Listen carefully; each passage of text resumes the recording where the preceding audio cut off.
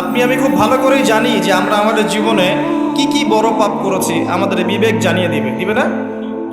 আমরা কিন্তু ভালো করেই জানি যে আমরা আমাদের জীবনে কি কি বড় পাপ করেছি।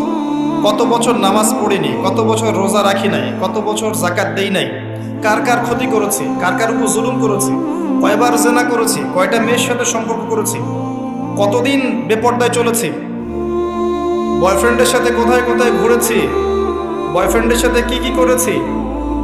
এখন তো গার্লফ্রেন্ডও কি কি করে, তাই না ভাই? সুবহানাল্লাহ। আর কিসের জন্য অপেক্ষা করছেন? কিয়ামতের জন্য আর কোন নিদর্শনের জন্য অপেক্ষা করছেন?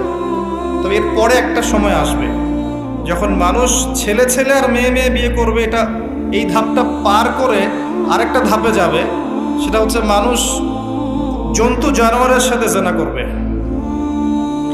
বিশ্বাস করলেন না? অপেক্ষা করতে থাকেন। যখন এটাও দেখবেন তখন আমার কথা মনে করে, ভাই এই কথাটা বলছিল আগেই, মানুষ জন্তু জানোয়ারের সাথেও জেনা করবে। ছেলে ছেলেকে বিয়ে করছে না, মেয়ে মেয়েকে বিয়ে করছে না, এবং এটাকে প্রমোট করা হচ্ছে এমনভাবে যে এটা একটা ভালো জিনিস, এটা একটা ব্যক্তি স্বাধীনতা, মানুষ চাইলে করতেই পারে। কয়দিন পরে দেখবেন মানুষ জন্তু জানোয়ারের সাথেও জেনা করবে।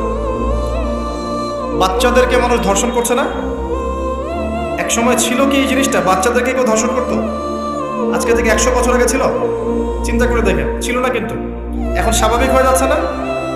অনেক দেখবেন বাচ্চা এখন ধর্ষিত হচ্ছে। আর যেহেতু এগুলোর বিচার হয় না সুষ্ঠু, ধর্ষক পার পেয়ে যায়। এগুলো কিন্তু এমনি এমনি হয়নি, আস্তে আস্তে এই সময়গুলো আসবে।